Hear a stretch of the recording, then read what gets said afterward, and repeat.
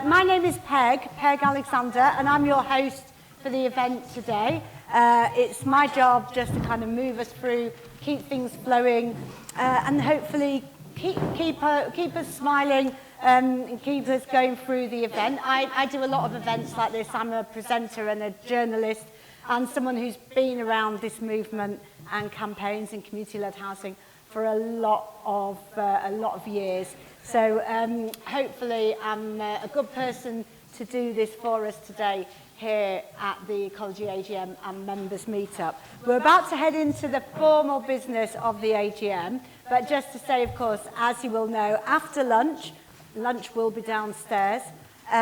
We are going to be hearing from fantastic speakers that have been lined up for us, and that's also going to be our time to really have conversations as well, not just hearing from the speakers. We've organised it so there'll be plenty of time for interaction and conversations and thoughts and questions. Practical things. If the fire alarm goes off, it is real. We've got two sets of stairs at the back and stairs near the lift. Go down either sets of stairs and then go out the building and turn right, and we assemble in the grass just over there.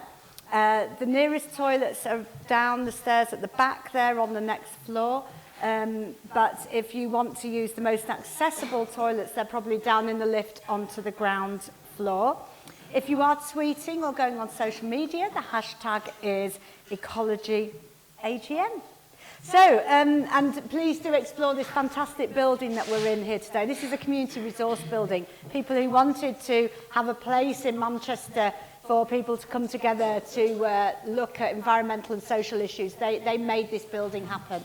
Loads of local people were involved in it. It was part of big regeneration schemes. It is really fantastic. Ecology supported it as well, so please do take some chance to have a look at the building. Right, let's move on to the formal business of the AGM, which of course is one of the reasons why you, the members, are all here. I'm going to hand over to Louise Pryor, who is the chair of the board of directors for this. You all probably know Louise. Louise is a climate change actuary and a risk specialist, and she's worked on risks to cities, emerging risks, how insurers can support resilience to climate risks, and more for a number of years. You're a fellow, Louise, of the Institute of Environmental Management and Assessment, chair of the London Climate Change Partnership, and of course you are chair of, most importantly of all, obviously, you are chair of the Ecology Board of Directors. So over to you for the AGM. Thank you, Peg, and so good to see so many of you here today. It's great to be with you again for only my second AGM in person, because the first two I was involved in were online, and I must say being here in person gives us a real buzz. So what the agenda is, basically we're going to start off with introductions and a bit of a recap of what's happened over the year. Then we move on to the formal voting. And then while the votes are counted, there'll be an opportunity for everybody to ask questions of the directors, and we'll try and answer as many of those as we can. Then the results of the voting will be closed and we'll finish off. So the first thing is I'm going to ask all of the directors to introduce themselves very briefly. Peg's told you a bit about me, but I'd just like to say that for the last 10 years or so, my focus has been very much on sustainability and climate risk. I've done a lot of work within my professional body about getting actuaries to take climate risk seriously, and we're kind of getting there. And I'm doing quite a lot of work now to think about how the financial services sector can be made to support society and be constructive and actually serve society by encouraging the changes that are needed rather than fail society by discouraging them. So that's me. I think what we'll do is we'll go along this table and then along that table. So Gio, you're next. Hello, my name is Giovanni D'Alessio, but please call me Gio. Everybody does that. For the most perceptive of you, I'm Italian, for my sin. I've been living in Scotland for 20 years now, okay, and I travel a few other places before that. My experience comes from, I graduated in finance And then I moved into the IT industry, and I'm a cyber digital expert. Why I work at Ecology, and I've been working here since September 22, I was really passionate about doing something that really mattered. I worked in IT for a long time. I'm an enthusiast of the outdoor, walking, swimming, cycling, and a few other outdoor activity. My wife works into the seed industry, and she was always very helpful in reminding me that I needed to do more.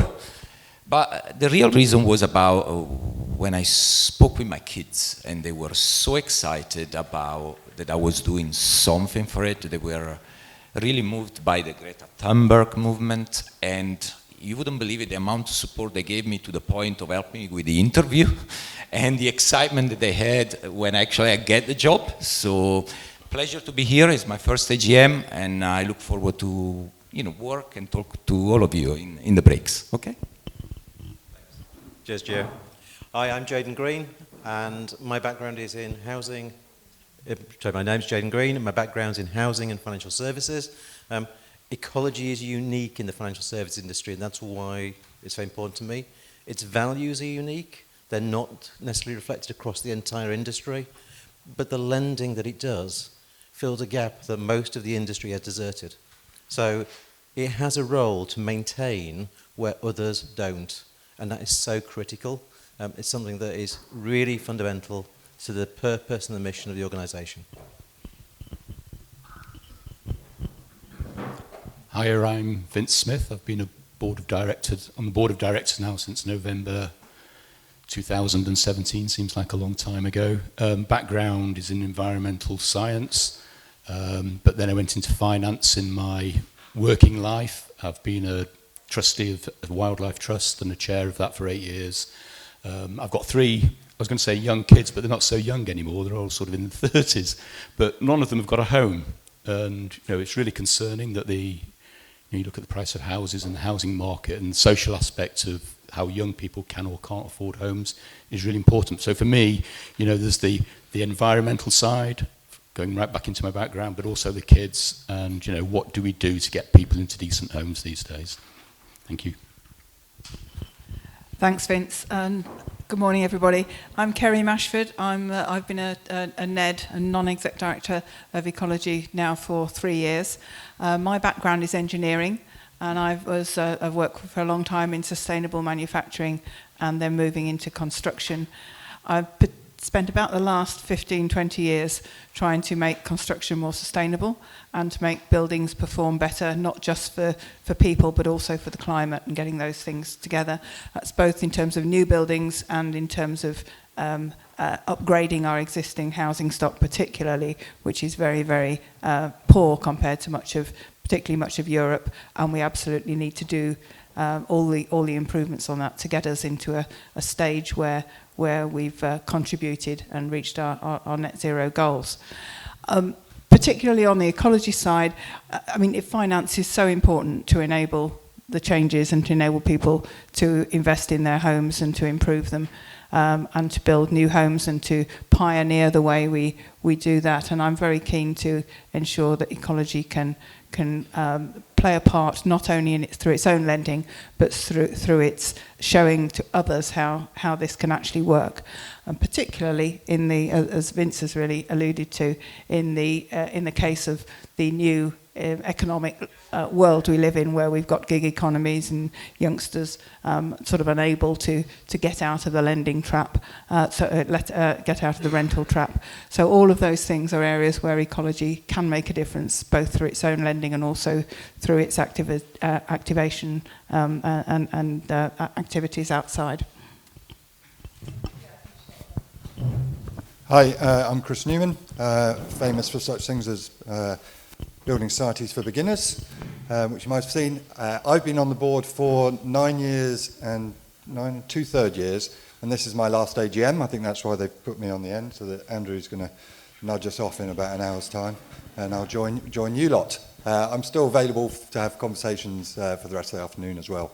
In my day job, I work for a company called Parity Projects, where we advise local authorities, housing associations and homeowners on the best things to do to their homes to get them to net zero. So very relevant, and that's why I came on the board in the beginning for my housing background. I also live in an award-winning retrofit, which mostly done by me and my poor father about 12 years ago. I aged him a bit doing it, but we did a really deep retrofit, and we've recently taken the next step on converting it over to a heat pump, so it's fully net zero ready. Thanks, Chris. Hi, everybody. I'm Tim Morgan. I'm the other half of Building Societies for Beginners for the last time today, and joined the board similar time to Chris back in 2013, would you believe? My day job is Finance Director of Shared Interest Society, which some of you will know. In fact, I know there is a crossover in members. We're a financial mutual based in the Northeast, lending money to fair trade businesses around the world. So what I bring to the society, to the board, has been that deep knowledge and experience of governance in an organisation trying to use money for good. And, excuse me, hope I've managed to contribute to that for the last 9 years, but thank you for allowing me to be a director on your board. It's been a privilege and a pleasure, and like Chris, I'm around for the rest of the day as well to answer questions without any liability from about midday. So thank you very much.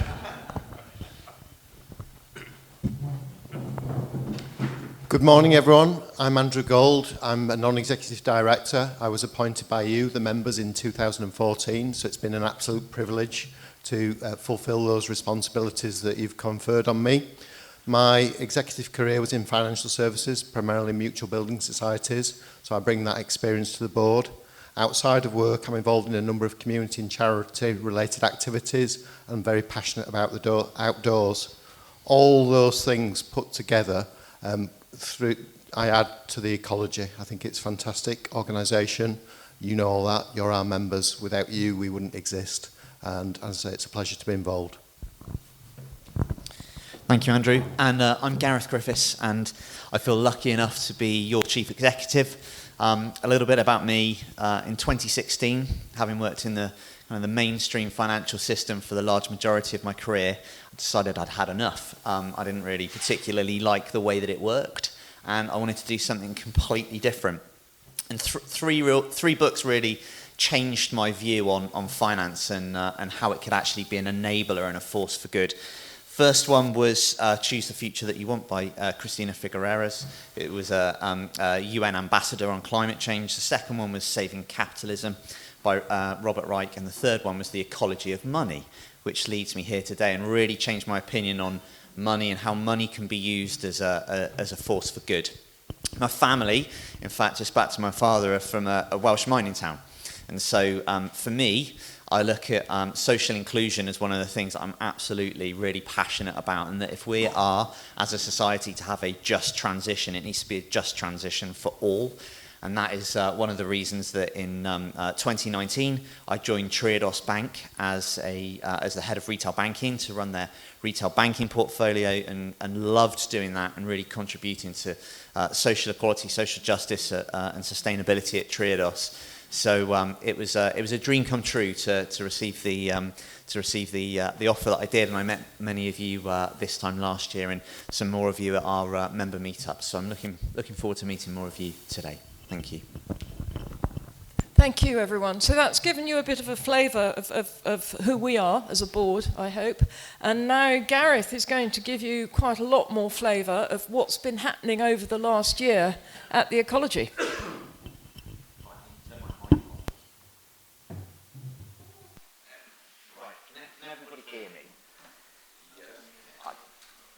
Not on?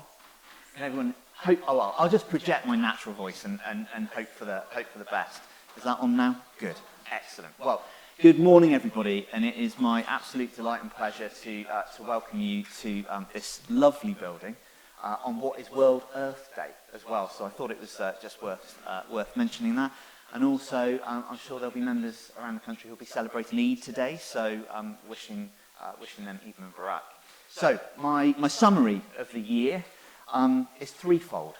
Today I'm going to be talking to you about our strong financial results delivered by dedicated colleagues committed to serving their members to deliver our mission. And I think never has our mission been more important and more relevant to the economy and also to the fabric of our society. So it was really pleasing today to be featured in the Times. For those of you that might have read the Times newspaper or the Times online this morning, but we were featured in the Times, thank you to the hard work from Bethany, who I'm going to introduce later, as one of the unsung, unknown brands that are really doing a positive thing in the eco-sustainability space. So more of that to come, and I'll tell you a little bit about that later.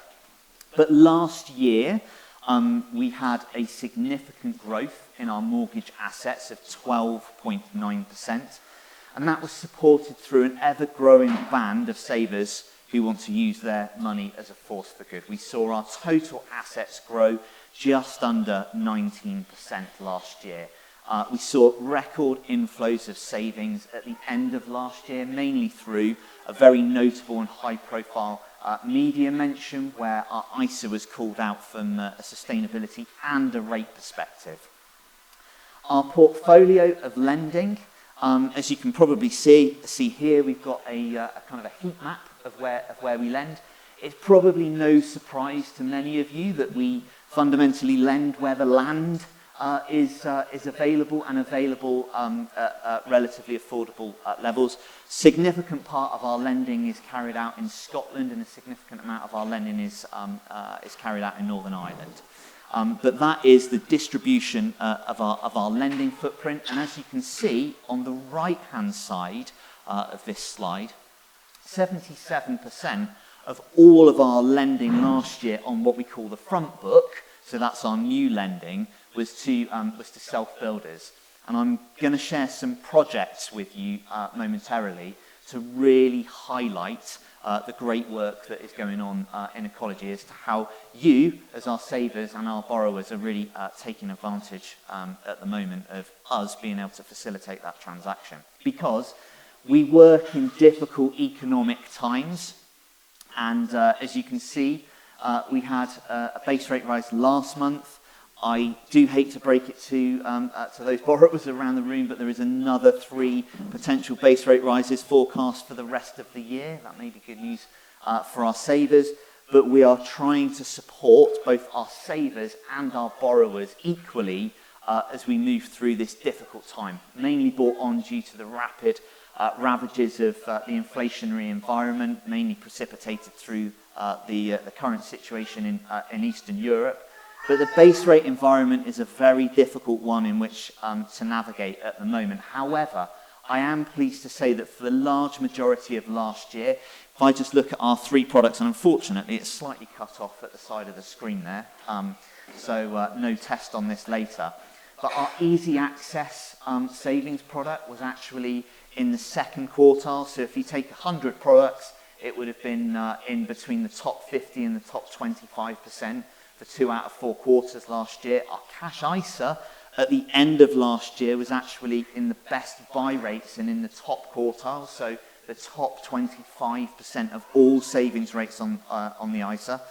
And our notice account was also in the top 50% for 2 out of 4 quarters last year. So I thought it was just important to say that during these difficult times we are trying to balance fairness for both our borrowing members and also our savings members. But I'll happily take more questions on that after in the Ask the Director session. But here's the reality, and I guess if I was sat out there and reading the annual report, I'd be asking a question about our management expenses and how we're managing the costs in the society so that we can make sure that we give the best return back to our members. Over the period of the last 42 years, we've grown a significant product set.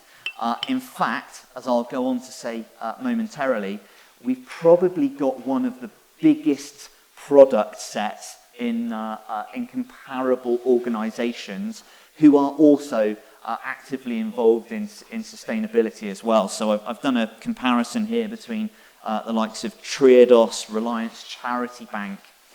That inevitably, when you have that on both sides of the balance sheet, drives both complexity, regulatory challenge, and also cost.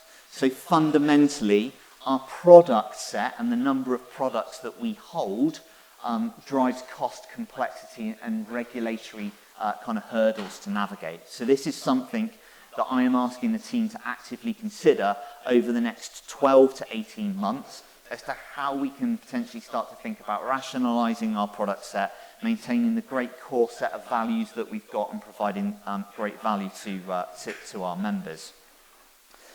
But to that extent, and I think there is a real kind of acknowledgement, and I'll come on to talk about capital, the capital position. I think I saw some ducks on the Building Society for Beginners slides, and fire buckets.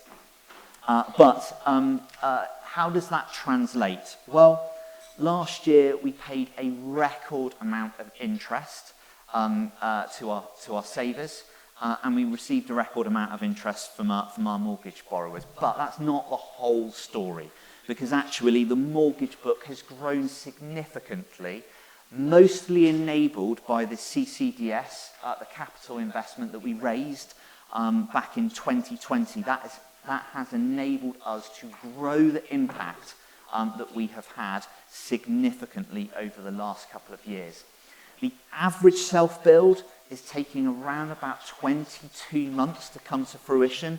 So you can probably imagine that when we added more capital to our capital base, it would take a period of time for that to work through into completed builds and completed loans. But what the graph on the right-hand side is telling me is that we are really trying to make sure that we balance up the interest rate that we pay to our savers and the interest rate that we ask for our borrowers. And if there was anything for you to worry about, it would be that this would be going up significantly, because what's called our net interest margin, the difference between what our borrowers pay and we pay our savers, was widening. If that graph starts going up quite significantly, then I implore you to hold me to account, because it means we're not doing a very good job for either parties.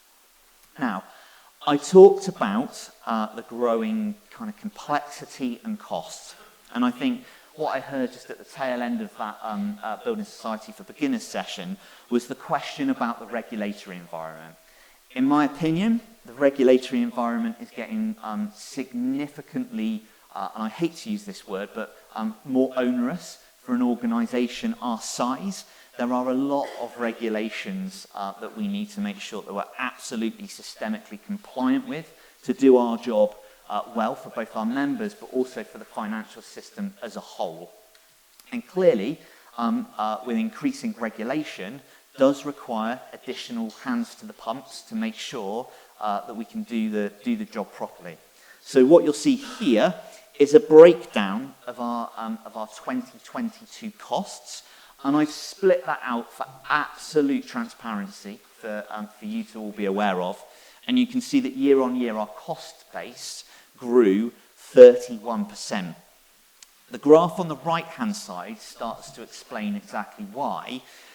But in 2022, we added a significant number of colleagues to the colleague base. We actually added 6 new colleagues.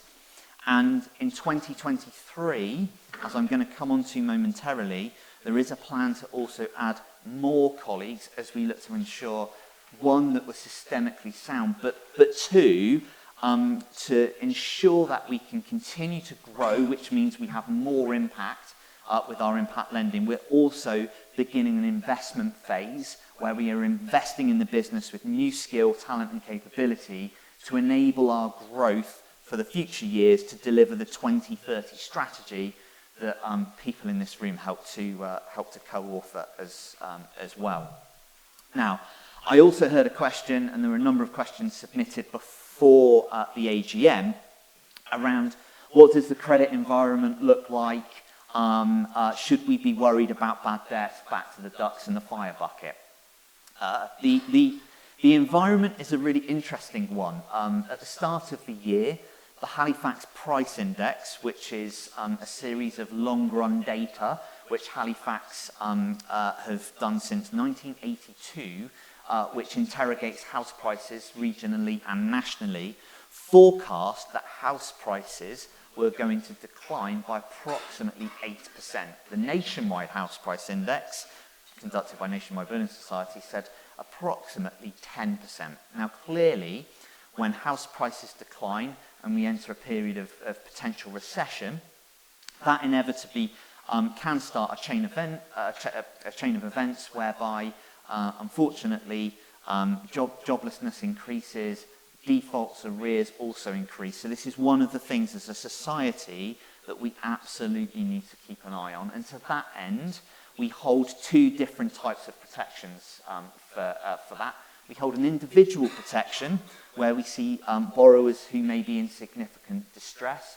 And we also hold a kind of a prudent collective, what we call a collective impairment, which essentially, provides for all eventualities. Now, I'm pleased to say that through the good, responsible, prudent lending that we've done, and I think that in the last year that I've certainly been at the Society, that is one of the things that I have come to recognise as truly one of Ecology's unique selling points, is that we underwrite every single case, every single mortgage case that comes to us. We underwrite that on an individual basis, which means, one, we can start to really form a relationship with our borrowers, but two, it puts us in a really great position to actually have a dialogue and a conversation with our borrowers to try and influence some of the sustainability of the proposed developments, biodiversity of some of the developments. So that gives us an opportunity to really thoroughly kick the tyres, not just in a traditional sense from a building society credit perspective, but moreover the ability to really truly understand the impact on both the local and kind of macro environment. This talks about the very strong credit quality, and as at the end of the year we only had, and I say only, but we only had 15 borrowers who were in arrears, and the sum total of their arrears were just over £21,000. That is not abnormal, that is nothing that we should be worried about. And I think the thing we try and focus on is how we can help those borrowers to get back on track with their payments. And I think one of the things as your CEO I am most proud of in our 42-year history, we've only ever lost £30,000 and we have never repossessed a property. And I think that is it's really a testament to our underwriting prudence. So, all of that adds up to a bigger picture as to a really strong set of financial results. This year, as many I'm sure will have read in the annual reports and accounts, we're declaring a profit after tax of £1.585 million. And I think the key thing for me here, one, this was strongly enabled by our CCDS capital raise back in 2020. And that has fueled the future pipeline of growth in the asset book. Two, this number will be reinvested back as retained earnings back to our capital provisions that I'm going to talk about momentarily, and enable future impact and future growth within the lending book. So I am proud of a strong profit year, but for probably very different reasons to most building society chief executives, in so much as this number enables our future impact for the future years. Now, I've mentioned capital a couple of times, and it is a very significant and very important part of how we run our business. You can clearly see our capital growth from 2016 to 2022, and you'll clearly see the pink bar there is our CCDS capital, our core capital deferred shares. And in essence, this is something that has fueled and enabled the growth of the society, but also on the right-hand side is something that we just need to bear in mind for the future, because as a bank, we have as a building society, we have what is called risk-weighted assets. So all of our assets, all of our lending, effectively the regulator tells us how risky or not those assets are, and we just need to make sure that we are keeping hold of the risk of those assets as we grow our capital base. It's a very important measure and metric, and so therefore we as an organisation are closely monitoring both our capital growth and also the risk of the underlying assets that we've got. Now, I met many of you at the member meetups around the country, which is something we are in the future planning to repeat because I thought they were great events. It was brilliant for me to be able to meet members. I really, really enjoyed it, and also get out and tell you what is going on in your society. At that, I talked to you about growing our capability, and so I'm going to embarrass a few people now. They're probably not ready or prepared for it, but nonetheless. I told you that I was going to hire a head of product and marketing, and she just stood up out of chance, actually, but I'd just like everybody to warmly welcome Bethany, our head of products and marketing.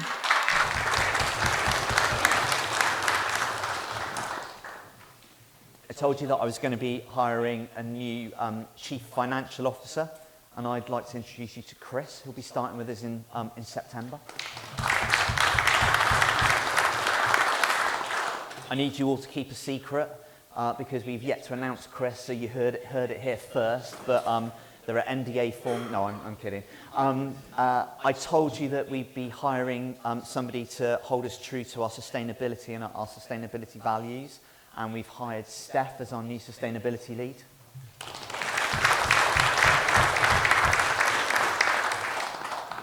We've hired Richard, our new risk and control manager. Sorry, Richard, I'm going to embarrass you. Just stand up and wave. And there are a number of other new colleagues that I talked to you about, and I'm going to talk to you about today, that are going to enable our future growth and are going to enable us to have greater impact as we move forward.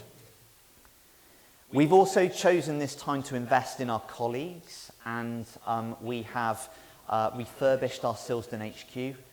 It would be lovely to see any of you that want to pop by. We often get members kind of popping in to say hello, but we're really proud of the work that we've done with truly sustainable materials in our head office in Silsden.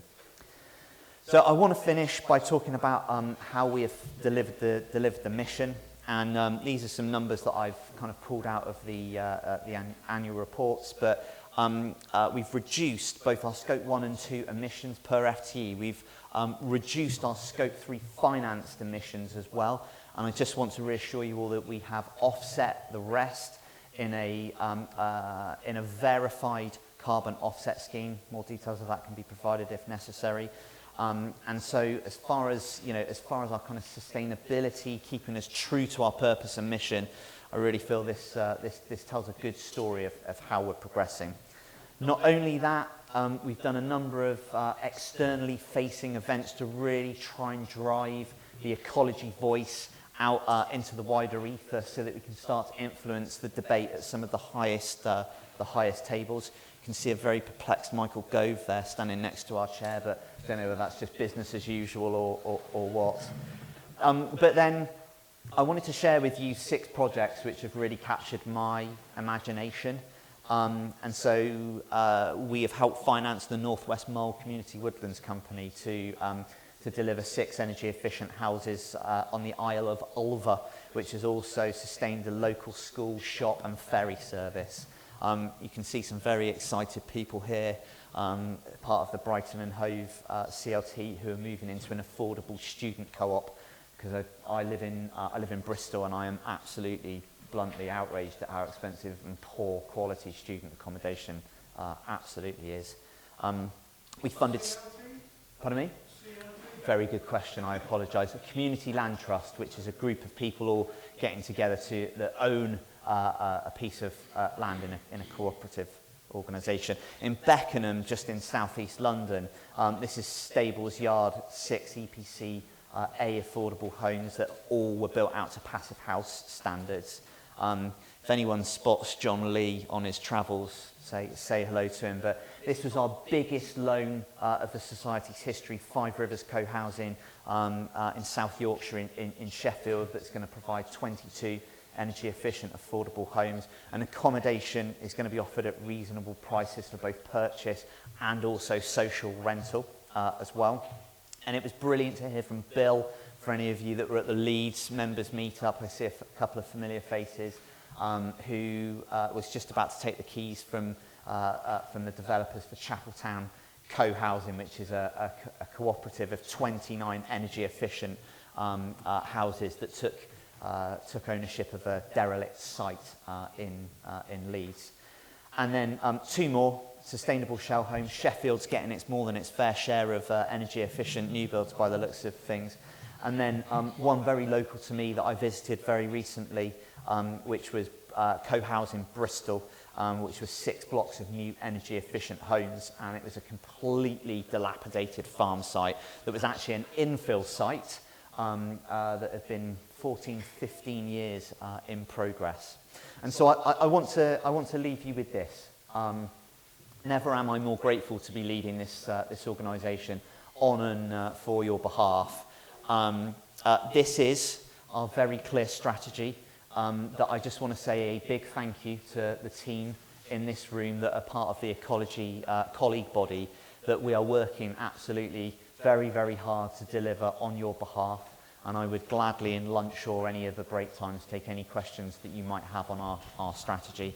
But the Society, to sum up, has got some great new colleagues joining us, some great existing colleagues, and I am very confident that this year is going to be another year of us having significant impact. Thank you very much. I don't... You're all right? Oh, okay. Thank you, Gareth. So having heard about what we've done during the year, we can now take some questions, but can we please confine the questions to things actually about the report and accounts, because there's going to be a slightly longer question session later where we can look at more general issues. But I thought we had... What, can you wait for the... Are we doing a roving mic? No. Okay. Just say your question and then I'll repeat it. Hello, my name's Roger. Is it working? Hello, can you hear me all? No. Just go ahead. Okay, my name's Roger Halford. I'm here as an ecology saver and a member of Radical Roots. I want to know if there's a way that you can ensure that you don't provide mortgages to people who then become landlords. Thank you. That was a question about is there a way that we can ensure that we don't provide mortgages to people who then become landlords? Gareth. So it's a good question. Thanks, Roger. One of the things that I talked about was the individual underwriting, and ultimately we do check very, very carefully the purpose of the property. We also, at regular intervals, re-inspect properties, send valuers to do that work. Now, the difficulty, I think, one of the things that you're highlighting is post-completion. If, say, a member was to get into financial difficulty, then clearly that is a difficult situation, at which point in time we do have a clause built into our mortgage contract that actually enforces borrowers to come to us to seek permission to rent their property. So, of course, at that point in time, if the borrower was in breach of their mortgage terms and conditions, we have got rights at that point in time to stop that happening. I will just highlight, however, that we also do offer a buy-to-let product, and that is for existing landlords who are looking to renovate their property to increase and improve their energy efficiency standards. And there are multiple clauses in there around affordability and permanent affordability. So we have to, I think, accept that sadly there is a private rental market in this country. We have got a very small buy-to-let portfolio, and clearly we only focus on those landlords who are trying to improve their energy efficiency. But we do have built into our terms and conditions the rights and obligations around what we can do if we find members who are renting their property without permission. So thank you. Do we have any other questions actually on the accounts? Yes. If you say your question and then I'll repeat it. I'm Graham Cooper. I'd like to know why there are fewer loans in this area, the northwest, than other areas. So why are there fewer loans in the northwest than in other areas? Yeah, I think it's a good question. What I've done, so 2 things. One is, I think it's really important that we just acknowledge the function of the society, that if we do want more loans in areas like the northwest, for instance, that we do have to spend some money in terms of getting the Ecology brand well recognised, so that we are a choice for people who are in that market. I think if you overlay the availability and the price per square metre of land, which I have done on another indexed heat map like that, what you see is a very interesting correlation that between where our lending portfolio sits, the availability of land and the price per square metre of that available land, there is almost pretty much a direct correlation between where cheap and available land is for self-builders. Candidly, I think that's hopefully that answers the question.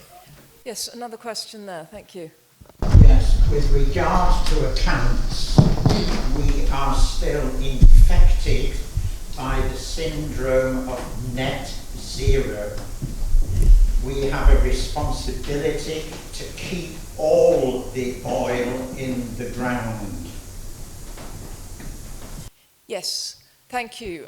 The point there is that we've talked about achieving net zero and we've talked about offsets, but the point is that that is not good enough. We need to reduce overall emissions. In fact, we need to get actual emissions from fossil fuels to zero as soon as possible. It's not reducing emissions, it's reducing production and use of fossil fuels. Emissions is an output, it's those... Thank you. And we are certainly trying to reduce, well, we have now used, we are now on 100% renewable energy in our headquarters building, and we are doing all we can to encourage our borrowers to move away from natural gas. Unfortunately, the government policies are not as advanced on this as we would like, but we are doing our best to make sure that we, as lenders, try to encourage the reduction of fossil fuel use through our lending. Yes, at the back there. Thank you. Could I ask you to say something about what I referred to in the annual report as cases under forbearance? I didn't understand what cases under forbearance mean. Thank you. So the question is that we talk in our annual report about cases under forbearance, and the question is, what is that, please? So forbearance is where we may make a payment arrangement with the borrower. We may forego some interest if from a kind of conduct perspective, treating customers fairly perspective, getting people back on track with their payments. There may be a period of different measures that we take with members depending on their own individual circumstances, but forbearance is effectively where we forego some interest or put a different payment cure, what we call a payment cure, in place to get the borrower back on track when they've fallen into arrears, which was partly what I referred to back in this slide somewhere here, this one here. So the number of members who are in arrears directly related to some of the forbearance that we will take. Right. I asked the question because the report actually refers to 16 cases and it talks about arrears of about £3,000, which sounded incredibly small to me. That might be the foregone interest, so what we have given up, this is the total, just to be really clear, the total of arrears that members are in, but that forbearance number is basically the number that we have given up. Does that make sense? Yeah, I think so. Yeah, perfect. Thank you. We do need to move on. So is this a question specifically on the accounts? Yeah, thank you. Yeah, so the question is about robots actually, because I see you've got that your cost base is increasing, but at the same time you mentioned all new stuff. So how much the cost needing to incur to deal with things, regulations, stuff like that? Is that to do with the people, or how much to do with new systems or computers or whatever you're doing? Are we still going to see the situation where we're dealing with people rather like we have to deal with some other financial institutions? So I'm really passionate about that, so thank you for asking that question. One of Ecology's beauties is a people-powered business based in West Yorkshire, and I said it at the member meetups, but it will remain a people-powered business based in West Yorkshire. I think one of the greatest things is that you can ring a 01535 number and you may well speak to the same person if you call on a Monday and you call the following Tuesday. I think that really helps to build a relationship with our members, And at this point in time, there is absolutely no plan, and I don't even believe that there will be a plan in the future to replace people with robots. So I think we'd like to move on now to some of the formal business. I know some of you have voted online in advance, but others are voting in person. I believe you've got your ballot papers. So I'd now like to move the motion that we receive the annual report and accounts for the year ended 31st of December 2022. You can fill in your ballot boxes. Can I just have a show of hands? It's always nice just to have a show of hands. Those who vote to receive the annual report and accounts. Thank you. Any against? No, thank you. And what we'll do is we'll do all the votes, and then if you can do your ballot papers at the end. And then the next motion we've got is actually, Tim, you're talking about the auditors. Hello. So the second resolution is to reappoint our external auditors, who are BDO. We appointed them only 3 years ago, where they took over from KPMG, who'd been our auditor for about 18 years. And a number of our members, I know, wanted us to move away from working with what's known as one of the big four firms. We were able to do that. Prior to that, it was pretty much impossible to move away, but we were able to do that, as I said, 2 or 3 years back. Moved to BDO. They've been good to work with. We're getting to know each other. They work slightly differently, you'll not be surprised to hear, but it's been generally a good process with them.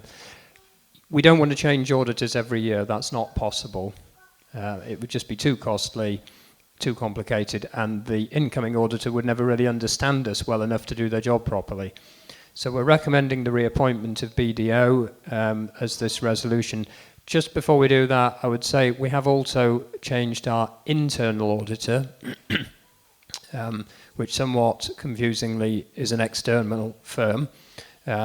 So we've been working with Deloitte for a very long time as our internal auditor. We haven't got the capability to have that as colleagues within the society. We use that independent separate firm, but we're changing that, or have just changed, to a firm called RSM. So again, we've moved there from a big four firm to a mid-tier firm, which hopefully works more with the culture of the organisation. That's not the subject of this resolution, and it's not something that members actually are asked to vote on. This one is purely about the external auditor, BDO, and their reappointment. That summarises what I've just said there, I think, but if there are any questions, happy to take them. Yeah. You referred to them getting to know the society. Assuming there's no glaring problem, how long do you think it takes that you should keep to the same auditors to give them a full chance, not to swap them too quickly? Yeah, so you would normally review sort of 3 to 5 years, that kind of time. Doesn't necessarily mean then you move, but you'd have a look, see, maybe run a tender and see if other firms are interested, what they're offering, what they say they would do differently, what the cost would be, those sort of things. But even a relatively small society like Ecology takes a bit of getting to know, and there's a sort of a learning process of that, and then a maximum efficiency, and then of course the risk of not being quite independent if you stay for too long. So there's an optimal time, but after typically 3 to 5 years you'd review, yeah. So thank you, Tim, and thank you, Tim, too, for your years of service as chair of our Risk, Audit, Compliance and Ethics Committee, and more recently, Audit and Compliance Committee. So thanks, Tim, for that. Thank you. So I now would like to move the motion that we reappoint BDO LLP as auditors. Again, same voting procedure, but again, let's just do a show of hands because then we feel we've done it. All those in favour? Anyone against? I have no idea. All these firms nowadays, they're all just known by their initials. I assume BDO... The LLP is Limited Liability Partnership. The BDO is presumably the initials of some of the constituent firms, because all these firms have grown up and taken over as others and things. So sorry about that. Right, I'd now like to ask Andrew Gold, who's the chair of our Remuneration Committee, to talk to us a bit about remuneration. Okay, so one of the Society's values is obviously about fairness and openness, so we want to share with you the remuneration policy and give you the opportunity as members to vote on the remuneration policy. So I think the key principles that underpin the remuneration policy are about fair pay for all. I think that's in line with the Society's values of fairness, and indeed we're proud to be living wage accredited. I think that shows through in 2022 some of the initiatives that we did to support our colleagues, offering them additional support through the cost of living crisis, and the benefit of that support was obviously more to the lower paid.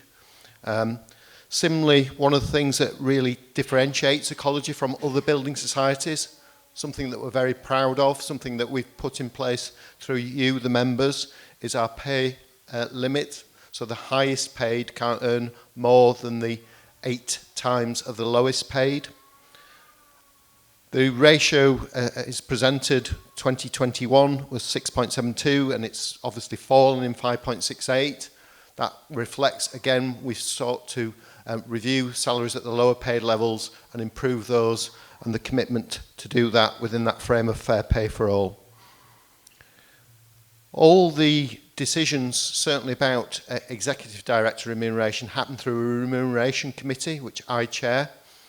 No executive director is involved in setting their pay, and similarly, non-executive members aren't involved in setting their pay. Clearly, that would be a conflict of interest to do so. So, the remuneration committee then makes recommendations to the board, and the whole board would approve them. Now, I'm obviously aware that you will have seen in the report and accounts about a change in director in 2022, so I think it's just worth referencing the remuneration-related impact of that. It was an area where we, as a remuneration committee, took advice, but equally there were certain personal circumstances, so I'm not able to say too much about. But I think the outcome that we achieved was fair. It reflected that as a responsible employer, and we wanted to retain a good relationship with Amanda, the previous finance director, who remains equally friends of the society. So if we move to the next slide, again representing the society's values of openness, I thought it was worth sharing with you at this time some policy developments that we're putting in place in 2023. So first of all, we're looking to evolve the remuneration policy to be able to support attracting the relevant skills that we need to propel the society to achieve its mission.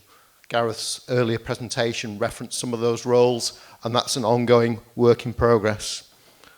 As a consequence of that, we're reviewing our pay policy framework. As the Ecology grows in its head count, it needs to formalise certain things. So we're putting in place a framework, and in that we're comparing against and benchmarking against comparable organisations with the right value sets, as well as operating in the financial services arena as we do. We referenced and welcomed Chris earlier, so obviously from an executive director pay, that market tested that recruitment, market tested the remuneration of the CFO, which is obviously a critical role for the Ecology. And indeed, when we looked at Gareth's remuneration, obviously we've got the benefit of his performance. When we hired him, we didn't have that, but clearly we've taken that into account in remuneration decisions relating to Gareth. And I think the final policy development that I'd like to draw to your attention is around something we're reviewing actively at the moment, is a long-term rewards initiative. So you, the members, helped put together the 2030 strategy. That co-created approach is something that's important to you as a membership, but it's also important to us as a board to want to be able to deliver on. So actually we're looking at, could we come up with some long-term rewards initiative where we align delivery of the 2030 strategy and in particular the impact within that with the reward structure to make sure there's that congruence between what our colleagues are remunerated on and the delivery of your 2030 mission and strategy. So at that point, I'll open it up to take any questions that people may have. Can you just explain one line on the executive director's remuneration? It says the executive director's remuneration above represents their gross contractual salaries and does not take into consideration any salary. What's that supposed to mean? Can you just... Page 15. Page 15. Bottom line.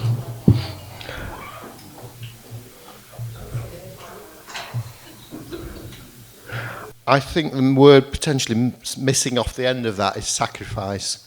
So colleagues, all colleagues have the opportunity to salary sacrifice. So they're able to make a deduction which comes from their gross remuneration. But clearly, if we were to not include that deduction, it would be underrepresenting the amount. So thank you for that. We'll make sure we correct that typographical error. Yes, I'm sure loads of people have looked at these before they got published, but it's amazing how a fresh pair of eyes keeps us safe, so thank you for that. Yes, sir. Your final comment about the rewards policy, is that implying that people only work hard if there's an extra to their salary?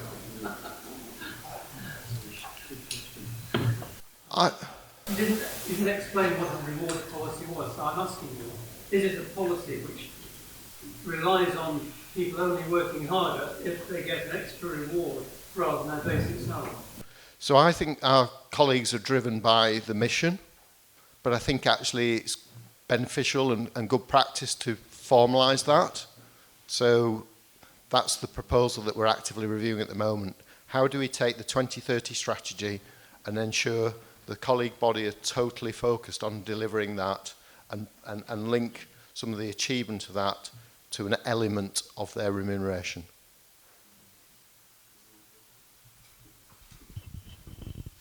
Thank you, everybody. So we can now move to the formal motion, which is to approve the Director's remuneration report for the year ended 31st of December 2022. Same voting procedure, and I'm going to ask you to raise your hands again. All those in favour? Any against? Thank you. So we now move on to the Director elections. The directors of the Ecology Building Society are appointed by the members. We all have to get re-elected or elected either as soon after we're appointed as the first AGM after we're appointed, or every 3 years. So there are a number of us up for election or re-election this year. Everybody has introduced themselves, so you've got a bit of a picture of what they're like, but what we're going to do is, it's all separate motions, so for each person we're going to go through, give you an opportunity to ask any extra questions that haven't been covered earlier, and then do the vote. So first up is Gio. Gio D'Alessio is being proposed for election. Does anyone have, this is Gio here if you don't remember, does anyone have any questions, particular questions for him? No. So, somebody put it forward already. So, sorry, wrong button. I can do it. You see, I get it wrong every time. Right, this is Gio. This is Gio. So if we can vote for, and I'm not going to do the raising hands because it's just going to take too long. So thank you. Well done, Gio. The next one is Jaden, who it's a bit confusing because he has two names. But anyway, any questions for Jaden? No. Thank you. So the resolution is to elect Carl Jaden Green. And we then move on to Gareth. I strongly recommend you vote in favour of this one. It would be a bit disastrous if we couldn't do this. Any questions for Gareth? Did you know that video initiatives was started in Mauritius for I would, to repeat the question, BDO were formed and started in Mauritius. In 1952, and it's a tax haven. And I think, is there a question or, sorry? No, just a comment. Okay, We can't escape. And I think there's just a real point of context around, I'm sorry, I don't want to steal Tim's thunder, and if I, keep me honest on this, Tim, but there are only a small number of firms whom we will be able to use as external auditors going forward. I share your disappointment, but the society is something called a public interest entity. It's probably the worst pie you could imagine, but there it is. And unfortunately, there are only a small number of firms. And I hate to say this, but the reality is if you probably look deeply enough into EY, PwC, KPMG, I'd imagine the disappointing thing is that you would find the same thing. I can reassure everybody, however, that we went through a really rigorous benchmarking process that Tim has headed a chair of the audit committee with part of, but I think it was worth noting the comment, Mike. Thank you for raising it. Anyway, I still think we should elect Gareth. I just want to reassure you, I have no Mauritian accounts. So that's our new directors. We're now moving on to re-elections. So Kerry was first elected 3 years ago. Any questions for Kerry? No? Good. And then I kind of feel there's a bit of a conflict of interest over this one. I'm actually up for re-election too, so please vote for me. Thank you. Thank you, everybody. So, tellers, we do have independent tellers from UK Engage. So we have now finished the voting, so if you would like to go away and do all your counting or whatever it is you do. But first, can everyone please pass their ballot papers along to the ends of the rows and we'll collect them.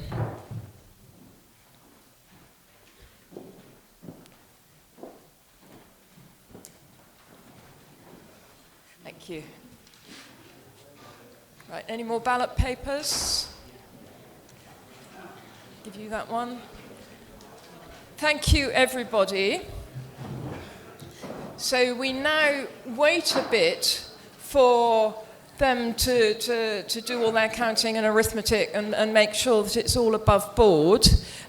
So now is your opportunity to ask us, the directors, any further questions you might have. And I know we've had some in advance too, but Peg, you're going to be chairing this. I am, yeah. So, tell you what, I'll come over here. So this is a really important part of the session, your chance to ask anything that you want to ask to these lovely people here. And we've also got some questions that have been submitted by members who can't come as well. So I'll bring those into the conversation as well. But you put your hand straight up, so the floor is yours. So I'm your long-term saver, and in fact we did have a launch to undertake some gypsy sound film improvements for a while. Would you like to tell them a bit about your working practices? And how many people work remotely? How many people work in the office? Yeah, I'll probably best say. Yeah, please do. So we do have a hybrid working policy, and hopefully it enables people to kind of bring our whole self to work.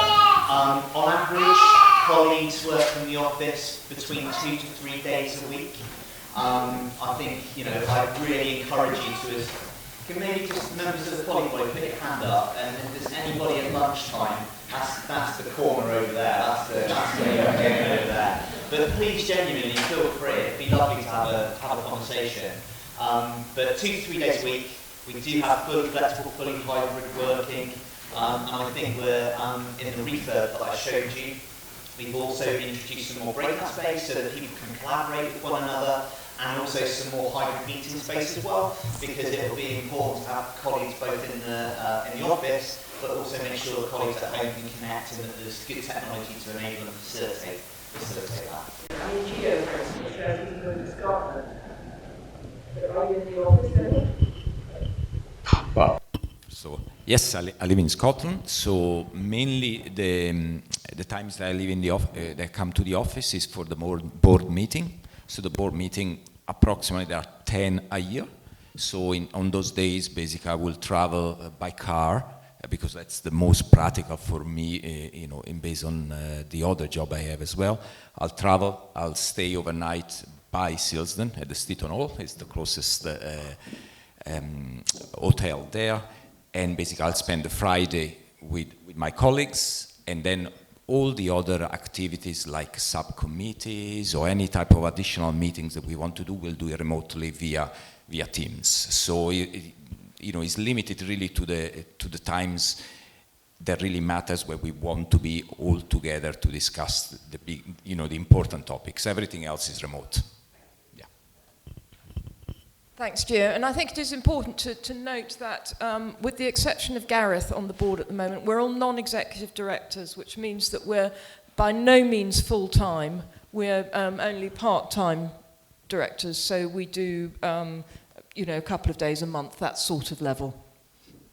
Thank you. Thanks, Joanna, for that question. Has that answered what you wanted? Yeah, perfect. We've got another question there. Would you like to go ahead? Hello, I'm Angela, and I have a surprise the other week. I got your email. I've just opened a children's account for both Dharmas in India, and I did it at the Leeds Building Society, and they gave me a certificate, your tree dedication. This is to certify that the Leeds Building Society have sponsored the planting of one growing tree on behalf, because we opened the children's account. And I thought that was really nice, practical way. Perhaps we could sort of do that sort for all our accounts as well, or encourage our members to do that. Thank you. Would anybody like to respond to that? I will, yeah. But last year, I think that is lovely, by the way. When we had a former director of Leeds Building Society, yeah. But I'll look around the corner. Last year, we planted 1,400 trees in the Forest of Bradford, which is a certified and approved woodland carbon code project. We're looking at and actively now, literally 2 weeks ago, had a kind of all-colleague vote. There's some projects that we want to support. It'd be lovely to be able to support projects of that ilk, and there'll be probably some more details coming later this year on the projects that we're going to support as a kind of as a staff colleague body. But that is a really nice surprise and delight, but a lesson for us definitely. Thank you for raising it. Thank you. Thanks, Angela. Lovely question. We've got a question here. So can I just ask there was a clock at the back on that windowsill, and it just means that I can't see what time it is at the moment. I don't know if it's been moved there. Right, I can see it now. Perfect. Is someone able to just turn it around so I can make sure we're on time? Oh, brilliant. Someone's given me a watch. We're all right. Thank you. Keep that one, Peg. Thanks very much. Yeah. That's nice. Yeah, it does look nice, yeah. I might well keep that. Brilliant. Thank you. You had a question. Yeah, given the housing crisis for young people to be able to access affordable housing, what practical steps is the society doing to increase the percentage of the resources that the Ecology Society controls towards that end? Thank you. So I think I referenced CLTs earlier. I see them as being a really important part, but I think it's important that we do recognise we are not the ultimate solution to fixing that problem, and it is absolutely important that we work with a whole host. I'd include Roger in that from a Radical Roots perspective. Some of the projects that I've hopefully highlighted today show the importance of working with both housing cooperatives, CLTs, different ownership forms, and one of the things that I'm particularly proud of is the projects that we work in where we provide permanently affordable housing. A number of projects that we work with London CLT on have, I think, taken a very innovative approach and pegged the market price of property to local wages in perpetuity. And for me anyway, that represents a significant step forward, but a barrier which is actually quite difficult to cross for most mainstream lenders who won't lend on restrictive covenant lending. And I think that's, for me, something that we can use finance as a force for good and change, demonstrating that actually restrictive covenant lending is possible, i.e. because of the fact that the price of the future property is pegged against local wage inflation. You know, bluntly, mainstream vanilla lenders don't want to get involved in that stuff, but we are showing a way that it can be done. And at the same time, I'll work with the CLT network. I was at Parliamentary Reception recently supporting and sponsoring the CLT network, because I think they've got a really important part to play, along with organisations like Radical Roots, local housing co-ops, etc., who are providing genuinely affordable social housing for rent, because we do have to recognise and acknowledge that we have a private rental crisis, and so Ecology will absolutely lend both its voice, its expertise in working in the restrictive covenant space, and its expertise in helping community-led housing be able to kind of prosper. Frankly, that's the way that we can help lean into that problem. Thank you. Great question. And just to say that this afternoon we've got 3 sessions, and the third one is going to be about that whole side of ecology around agitating for change, not just lending the money, but that more kind of campaigning policy side. And I'm sure possibly maybe the whole question of the community housing fund, which of course is what has enabled an awful lot of those community-led housing schemes to happen, may well come up, because there's a lot of pressure on at the moment to try and get that renewed and re-continued. Let's have another question. Who else would like to ask a question? Oh, hands are going up all over. Yeah, would you like to ask them? Board members are very obviously diverse. In fact, there are less women on the board than there were when I was on the board. Is that a concern of the current board, and are you working on it? And are the staff more representative of people in Bradford than the board are? Diversity is a really important issue, and thank you very much for that question. And yes, it would be nice to have more visible diversity on the board. Visible diversity, of course, isn't everything.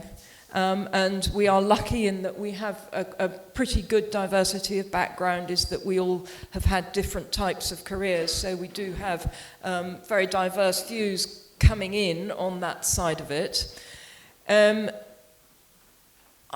I hate to say, it's difficult to say we were disappointed with our last 2 recruitment rounds that we ended up with 2 white men, because in fact I'm absolutely thrilled to have them on the board. But I do have to say that the diversity of the pool of applicants we've got was not what I would have wished for at all. And we will, because we have further retirements, director retirements. We will be recruiting again this year, and I'm actively thinking how we can change our approach to get more diverse applicants in.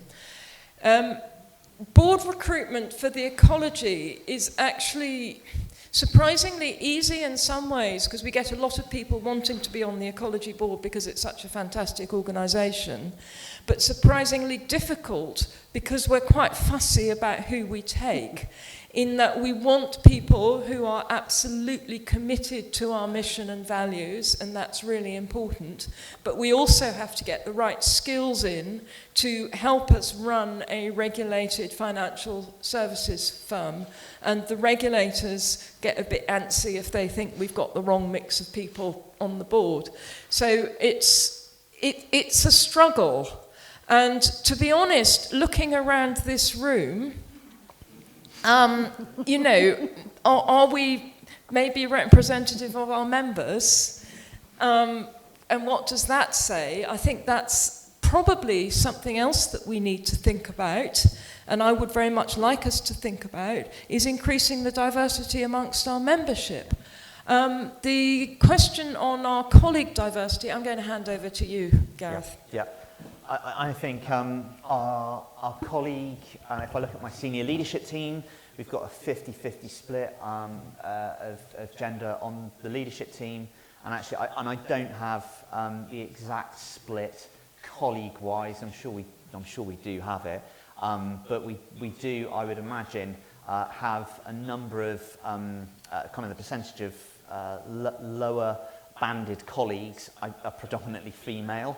And so I guess I want to reassure you, we can get that number and respond to that afterwards, but I think you'll probably find that there's a broad split, actually. Certainly my senior leadership team is 50-50 gender split. I don't know the exact number, Janet. I wouldn't be able to tell you, but we have pretty much got a very tight proximity of the people that we kind of recruit from.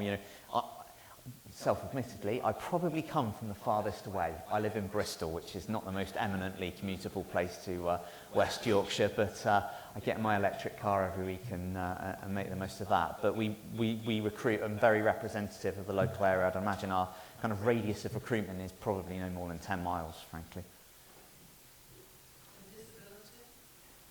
Disability, we probably imagine no disability discrimination, absolutely not in society. We do have colleagues with a disability, acts with a disability, our premises of disability discrimination act compliant. So we are absolutely set up for those colleagues that we recruit. So doors are open in that sense. I wouldn't be able to say the exact number. And if it's okay, I'd rather take that offline and give you the wrong answer. That's okay. Thank you. Thank you. So we had a question here? It's only a little thing.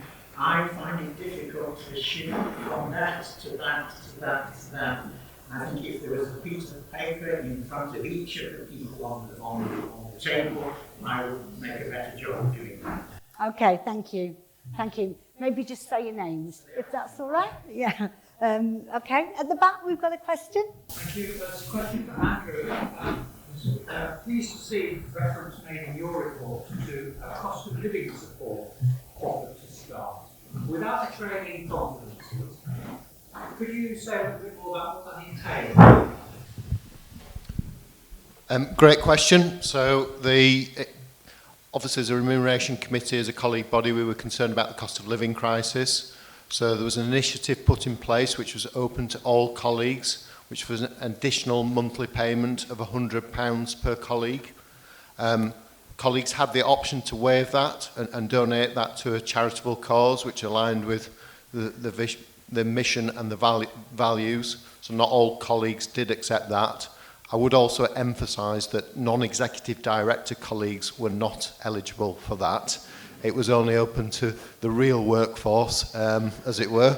But clearly if you're on a lower paid, that £100 would make much more of a difference.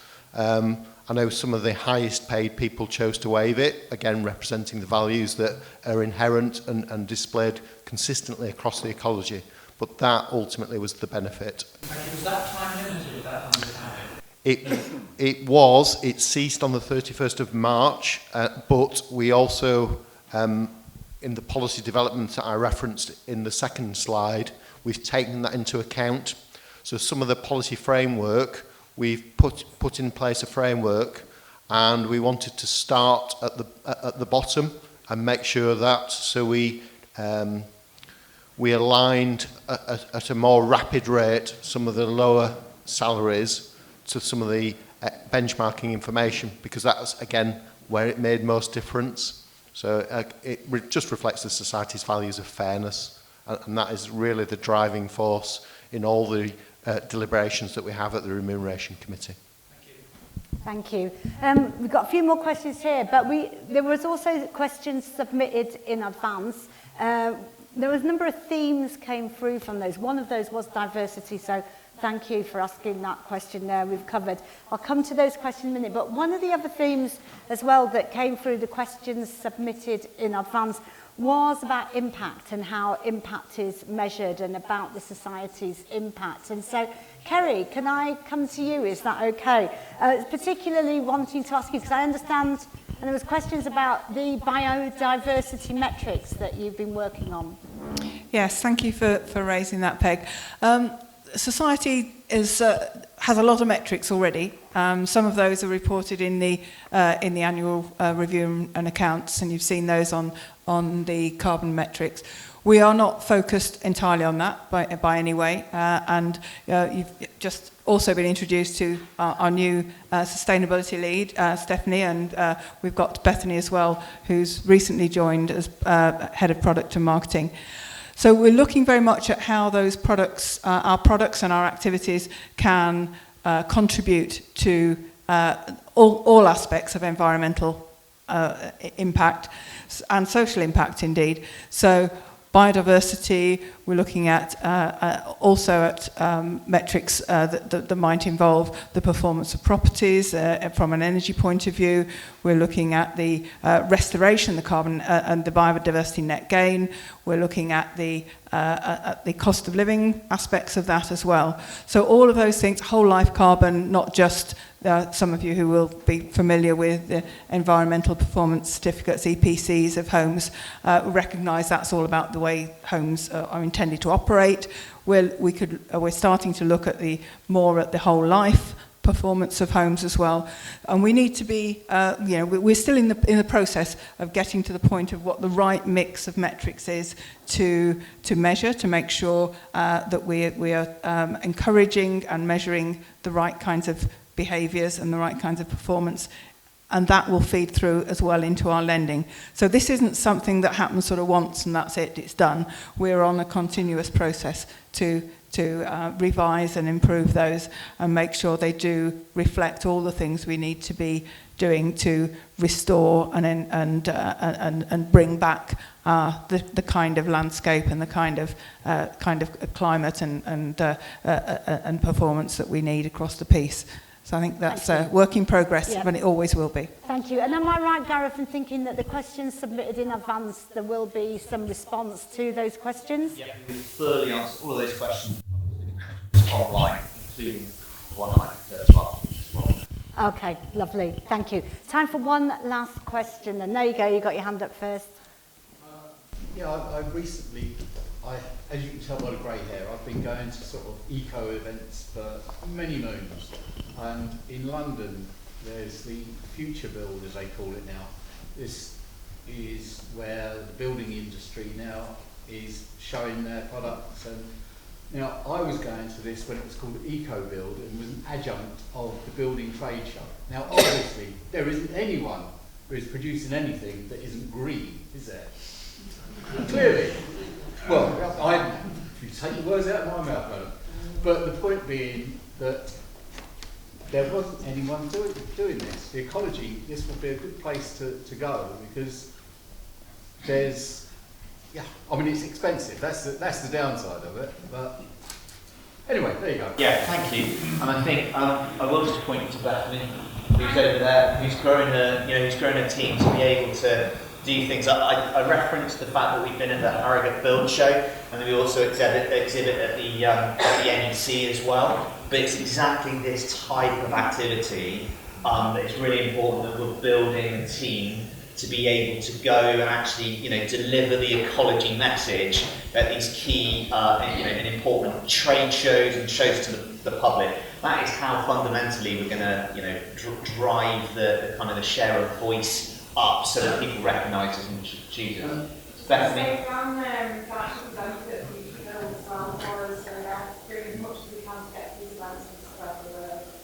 Because obviously the point being, the housing stock in this country is so far behind. A new build, at the end of the day, anyone can build a passive house from new, right? Retro isn't what it's all about. Yeah, absolutely.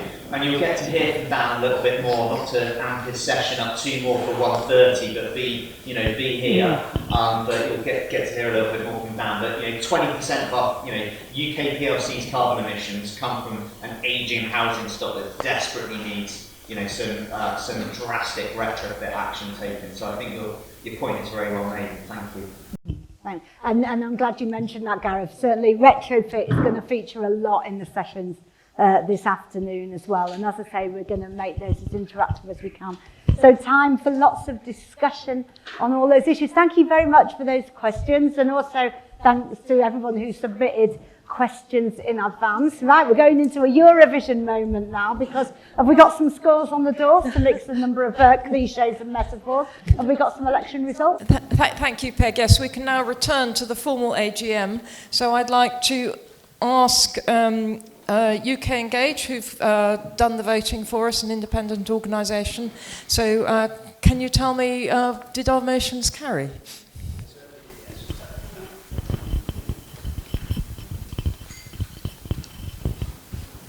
May I just? Thank you. I'm pleased to announce the results of the 2023 Ecology Building Society AGM are as follows.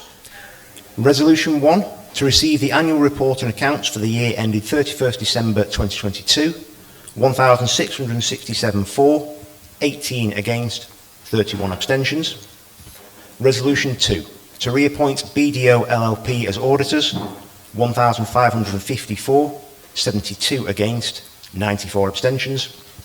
Resolution 3, to approve the Directors' Remuneration Report for the year ended 31st December 2022, 1,509 for, 110 against, 97 abstentions. Resolution 4.1, to elect Giovanni D'Alessio, 1,497 for, 91 against, 128 abstentions. Resolution 4.2, to elect Carl Jaden Green, 1,581 for, 58 against, 77 abstentions. Resolution 4.3, to elect Gareth Charles Griffiths, 1,592 for, 60 against, 64 abstentions. Resolution 4.4, to re-elect Kerry Jean Mashford, 1,623 for, 42 against, 51 abstentions. And Resolution 4.5, to re-elect Louise Margaret Pryor, 1,622 for, 51 against, 43 abstentions. The total turnout for the voting was 11.52%, which equates to 1,716 valid votes. Therefore, I can confirm all resolutions are passed. Thank you very much. So we now move to the sort of final formal agenda item, any other business. Does anyone have any other business to raise? Okay, I have other business to raise. I want to thank our two retiring members of the board, Chris and Tim, very much for, I believe, 9 years service in both cases. They have both been fantastic contributors to the board. Tim has put in many years as chair of our risk committees and audit committees, which have been sort of changing over the time, but he's done a lot of work on that. Chris has done a lot of work bringing in his expertise on the housing structure, and he was chair of our board lending committee for many years.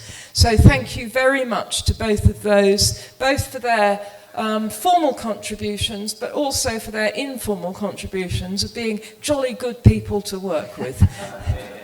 So thank you to them.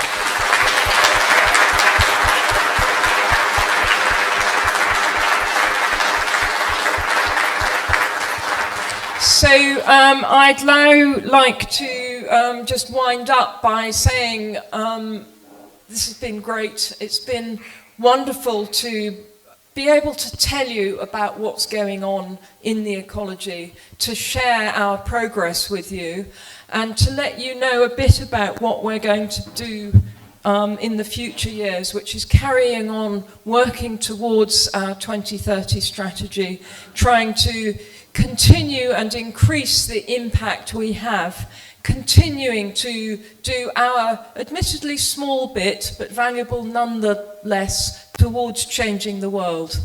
So with that, I'd like to wish you all the best for the next year, and hope to see you sometime over the year or at our AGM in 12 months' time. So I declare the AGM closed. Thank you. Thanks very much, Louise. So, that's the formal business done with, right? You'll all be pleased to hear that, because we're going for lunch in a sec. Lunch is going to be downstairs. We've got lunch till 1:30, and then 1:30 sharp, we're going to be back up here, and that's when we're going to start a lot of this discussion. We've got 3 sessions for you, 3 panels with fantastic speakers, and we're going to be looking at our footprints. The footprints on the ground, the ones that are all about energy efficiency, the innovations, what's going on, what can we learn from, what are the new things that are coming through. We're also going to look at our footprints in terms of some really great stories of people who are showing sustainable lending, and in practice, the people who've had support from Ecology and what's happened, what have they done with this, what have been their projects, what are their stories.